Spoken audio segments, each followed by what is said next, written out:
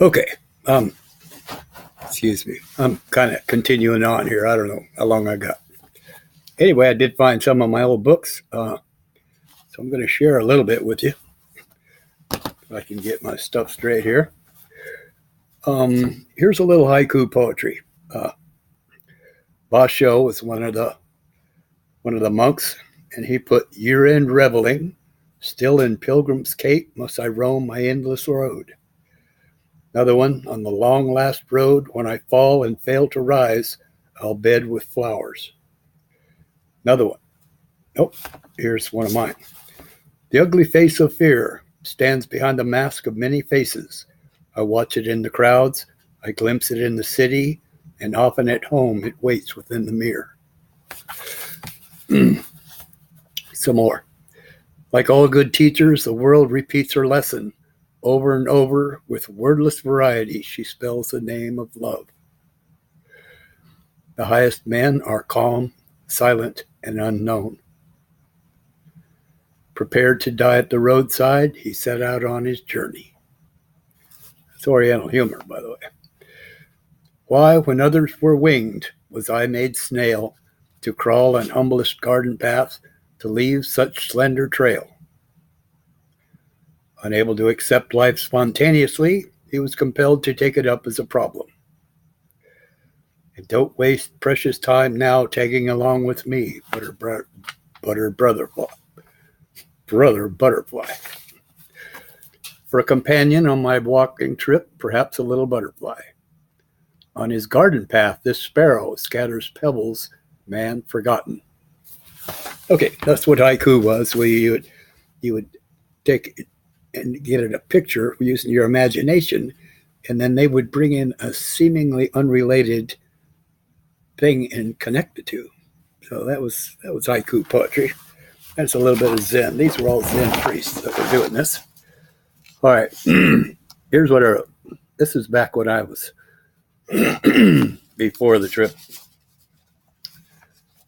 Me on me. I have no idea of what I or the rest of the world is doing. It's similar to looking at the universe through a bottle, a void that cannot be perceived nor mistaken, a vast stretch of nothingness that has the solidity of metal, seeing things though blind, to speak though nothing can be heard, and to hear the sound of silence, quiet as a thunder roar and bright as the color black. All is one, but each alone, walking as slowly as a river torrent, touching nothing yet destroying everything in your path, aware of everything yet looking down, happy as a childless mother, yet as sorrowful as a nested meadowlark. Man is supreme in a world that cares not if he exists, and yet if he were known, he would bow low as does the owl, striving for what he already has, searching for what he will never be without, singing songs of sweat and blood, yet lying on a bed of satin. Where am I in this world of beauty, reflected off a burning cross? Why do I eat away that which feeds me? Where can I go that I have not been? I sing aloud, but no one hears. I speak with care, but make no sense. My step is quiet, and yet I stumble. I speak of that of which I've seen, but interest none, for they have eyes. My path is clear, yet I am lost. The sun shines bright, yet I see but darkness. My goal is clear, but I cannot explain. I will not stop, yet I know not where I travel. Someday might I not awaken and then see why. Well, that's pretty lost. Here was a prayer I prayed. By the way, you better be careful what you ask for in prayer. And this was clear back in the 70s. Dear God, punish me hard for all the wrongs I've caused. Keep from me that which I want the most. Isolate from me the things that I hold dearest. Let me feel the pain in full that I have heedlessly inflicted upon you.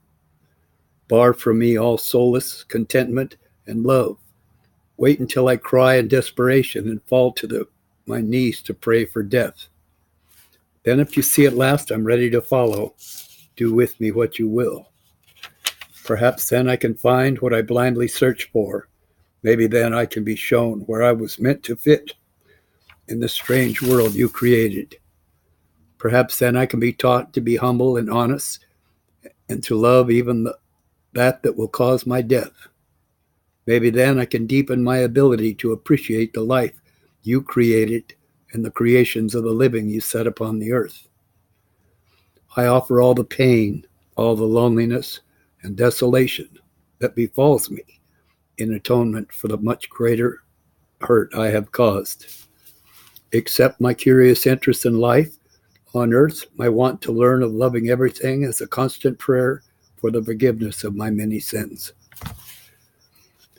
And footnote, I said, the morning following this prayer, I knew that never again would I be alone. God will be constantly by my side. Again, I thank you for the path you unknowingly led me.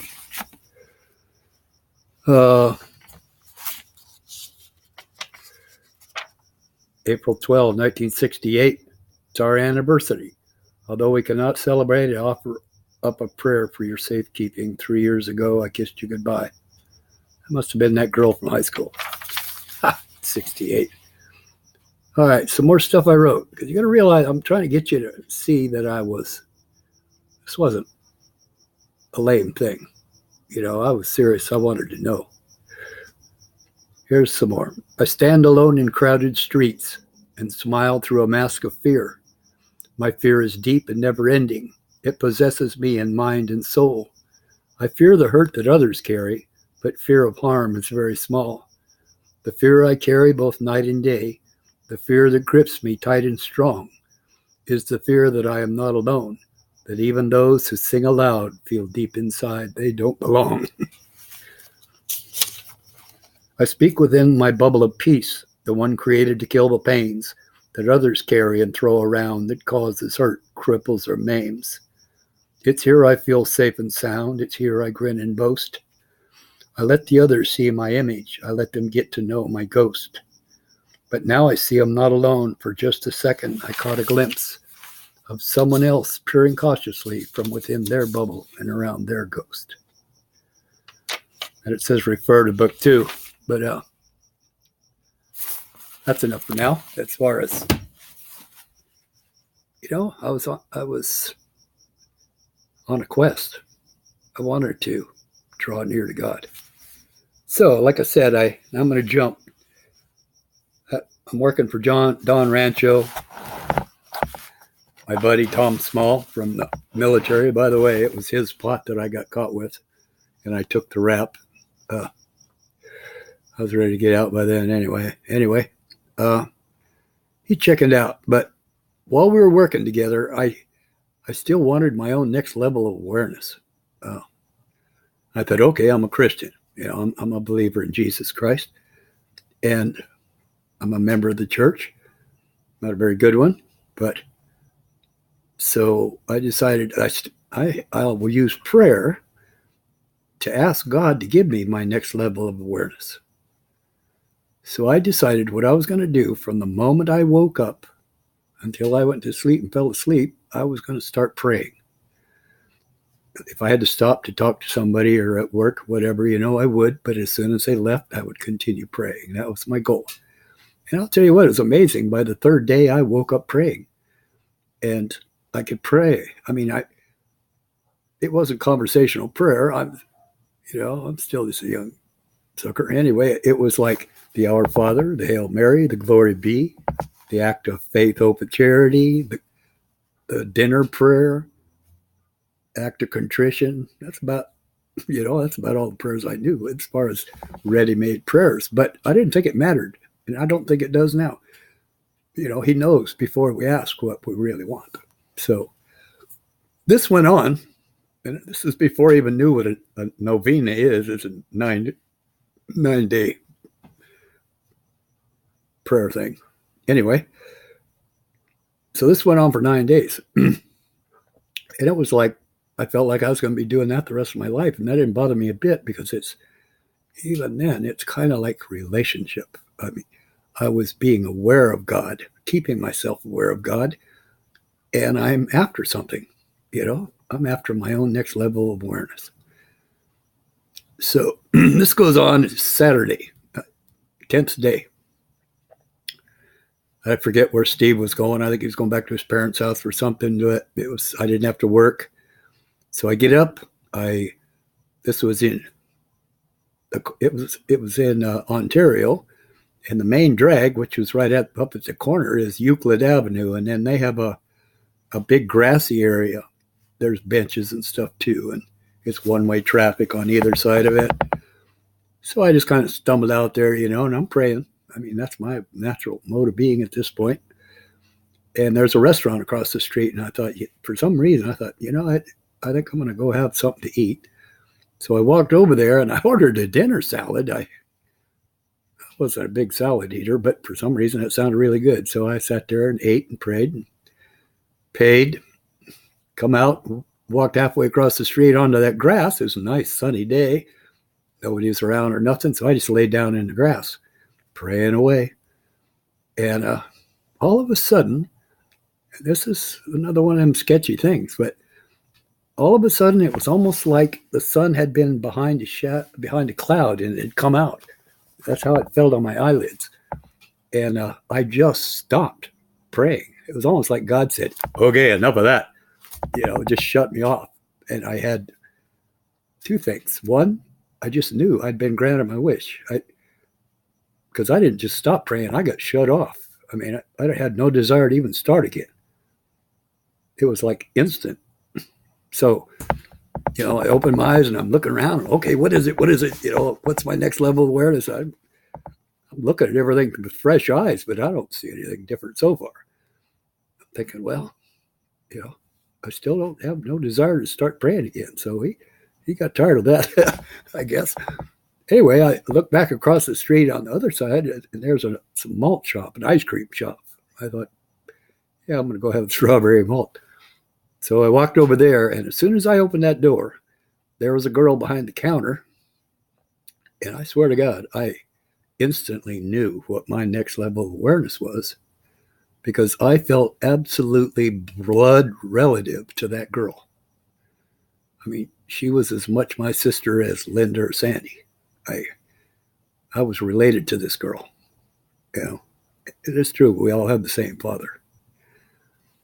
So I went up and I bought a malt, and then I kind of sat back in the back, and I got to admit, I couldn't help but staring at her because this realization was rolling over me. It was like, my God, we are related.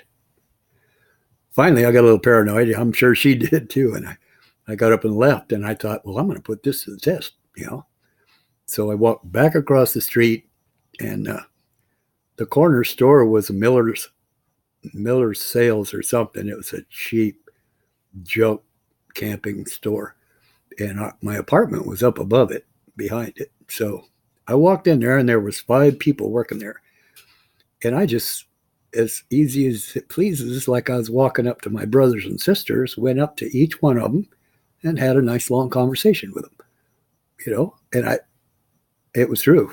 I mean, I felt related to every one of those, and so I was completely at ease.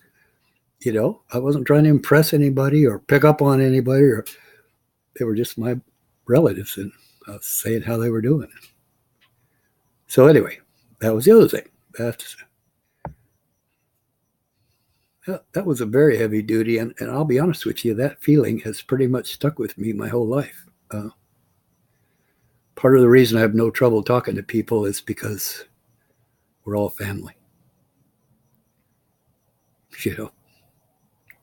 Anyway, I wanted to get that out there because that was my own next level of awareness. And I'll be honest with you, some years down the road, I tried it again, but my heart wasn't in it. I tried to tell myself maybe it's automatic.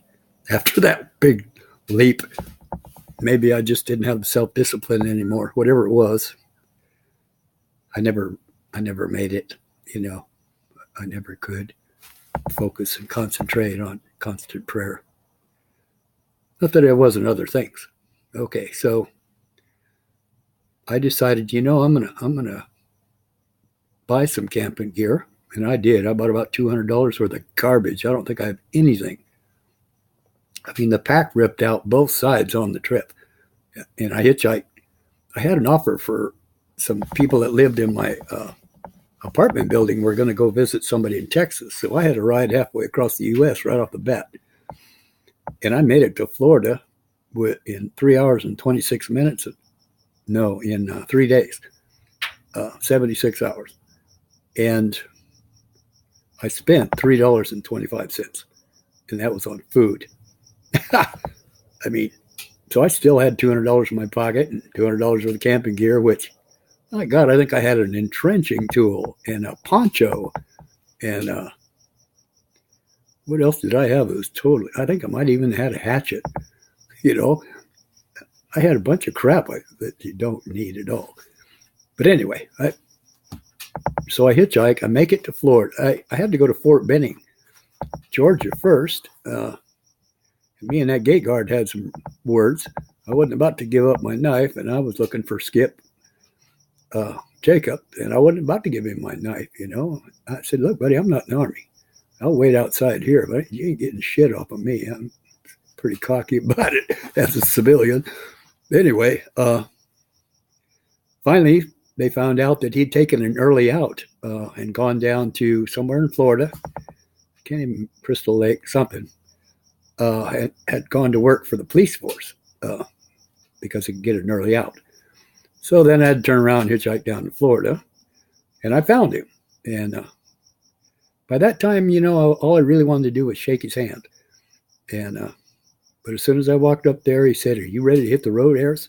I said, "You damn right, I'm on it. Let's do it." Well, unfortunately, his girlfriend, he had a girlfriend that he'd already asked to marry her. I don't think he ever did, but so he was engaged. And then his best friend and his best friend's wife and their baby had all moved into his house before I got there. So it was kind of crowded. And after I'd been there, I mean, I bought a 4-man rubber raft and tried to stay out of everybody's road while he was working. He gave his notice.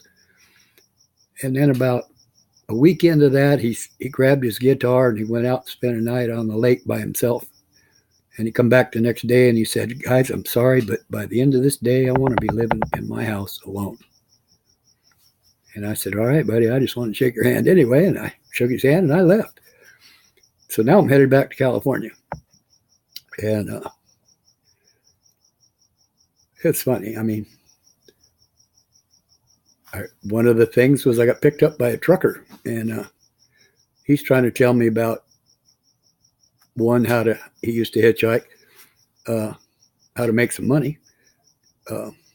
He said, when you get to where you're going, you ought to ask these people that give you a ride if they could spare a quarter for a cup of coffee or something. You'd be surprised what they give you. And I never did that, by the way, but he was telling me he'd be surprised. So when he finally got me as far as he was going to get me, I started to get out, and he said, "Here, wait a minute." And I think he pulled out a $10 bill or something, gave it to me. But that's kind of how it seemed to be coming my direction, was I didn't have to ask for it. Anyway, he had talked me into the Merchant Marines, which, I'll tell you the truth, for a young guy, especially one that hadn't already been in the service, that might be a really good deal, because if you could stand it, I mean, they put you on a big ship and you go across the ocean and you're scrubbing the deck, whatever they tell you to do, but you're making money and nowhere to spend it. And by the time you get to where you're going, where the boat's going, then you get paid and you're free to hang around, do whatever you want. You don't have to go back. You don't have to go anymore on that ship. And the Merchant Marines have a place you can stay while you're waiting for a ship that's going where you do want to go. That sounded pretty good. So I went there. That was in New Orleans. And New Orleans is a whole nother trip, because you can take a dime and get on a streetcar and get a transfer and go to a trolley, and you could go clear across town for a dime. And of course, I got to check out Bourbon Street. This is all back way before floods and getting nasty, you know. But I'll tell you what, Bourbon Street was about like Tijuana. It was trashy, you know. It was trashy. Some good music, but it was trashy. Anyway, it's funny because I had just got my $5 draw. By the way, they found I could type, so that was mostly what I ended up doing, was typing. But me and the guy in my room, and this old house had to have been an old bordello or something way back when, because it was a pretty trashed out place, but it was a free place to crash. And you'd catch the bus into the place where they processed you. Anyway, we're talking, and this young punk, 16, 17-year-old who had been put in charge or something, comes busting into the house and saying, all right, you guys, you got to get up and start mopping the floors. And I'm saying, what are you talking about? He said, lights are out. You got your lights on. So that's what you're going to have to do. And I said, well, kiss my ass. Why don't you just tell us to shut off the lights? No, he wanted to push it, and I said, screw you. He said, well, you got to leave then. I said, gone. So I grabbed my pack and I'm back on the streets. So is this poor kid from Austin. And he sounded like he's probably the one that should have mopped them floors and stuck with it, because I think he dropped out of high school and didn't really know what the hell was going on. Anyway, this is a long story, I know, but so now I'm hitchhiking back. One of the things I did turn on to on Bourbon Street was a copy of the Free Press, which was an underground newspaper from Hollywood. And inside, one of my good friends, Jack Ferris, the artist, had done an ad for something. And actually, it was an ad for one of the things being put on by Dennis. And I was loosely connected with that troupe, I got to tell you. But so, okay, I'm wanting to get back to California. Both my friends have chickened out. And so I get outside, I think it was Austin, Texas. It's up in the middle of Texas. And traffic had been going by for hours. Nobody's giving rides. Finally, I set my walking stick and my pack down and ran down the ditch behind some bushes and took a leak. And while I'm down there, I do one of them, let's make a deal, God prayers. God, if you'll just get me back, if you'll just get me back to California, I'll go back to church and I'll go to confession and I'll be a good Catholic. And I really meant it at the time, but I didn't live up to my end. But anyway, I mean, God, I know God takes you right where you are. And right then I was dead serious, and he answered that prayer. And this I have to tell you, because this is, so I come back up on the road. The very next car stops. It's an old man. He's coming back from his daughter's wedding in Louisiana or somewhere. And he's headed for California. Yep. And he said, I don't drive at night. So when it gets dark, I'm going to get motel rooms for each of us. And I'll be buying the groceries. I just need somebody to keep me awake and going. And I said, all right, I'm your man. So we get clear in past San Bernardino. And he's saying, well, Gary, I'm just going home. So if I make a turn that's off where you're headed, let me know and I'll let you out. And I said, all right, you're doing pretty good so far. This guy took me to the corner I left at Miller's Surplus, without ever going out of his road. Now, the odds against that are astronomical. Probably took me a dozen rides to get to New Orleans, or to get to Austin, Texas anyway. That one ride took me right to the corner I left from, over 1,000 miles. So there's no doubt in my mind that God answered that prayer. Anyway, I'm going to stop there. So at that point, I knew God knew who I was, that he cared for me, really cared for me, and that he listened to me. He answered my prayers. He was my protection. I remember at some point a lot of times I had to walk clear through a town because there was no place to crash safe. And I remember one of them towns, I took the axe, the hatchet, the entrenching tool, the poncho, my knife, everything, and left it on somebody's doorstep and just kept walking. So I was totally dependent for protection and everything on the Lord. But anyway, so now I'm back in California. I better stop right here. We'll see how this one goes. All right. Also, I'm going to tell you, kids, that when you do watch these, I want you to give it a thumbs up and make some kind of comment so that I know who said what and that you did read it. Okay? All right. Here we go.